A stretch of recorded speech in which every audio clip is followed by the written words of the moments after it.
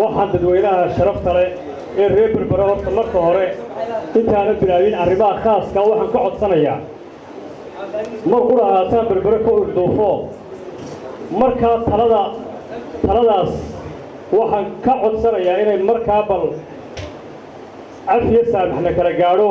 waa marka qura haate ee wakaaladda biyaha beddelkeygii ku degdegay ay maanta berbera ka biyalaada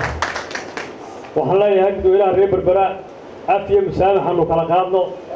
mudana guddoomiye halka dadka reer berbera waa dad nabad jecel waa dad horumar jecel waa dad isku duubni jecel haddii gobol lagu geyn lahaa gobolkii ugu fiicnaa baa lagu geeyey ee gobolka awda la mid ah dadkayga aad iyo aad waa dad karaamo leh waa dad ku soo dhowaynaya laakiin mid ma qaadi karaan midana guddoomiye waxayna qaadi karin dadkaas oo had iyo jeer aad ka digdoonaataa in adiga iyo taliyaha qaybta iyo guddoomiyaha degmada ee shaqay naga dhaxaysa inaad isku duubnaataani waa mid muqadas ah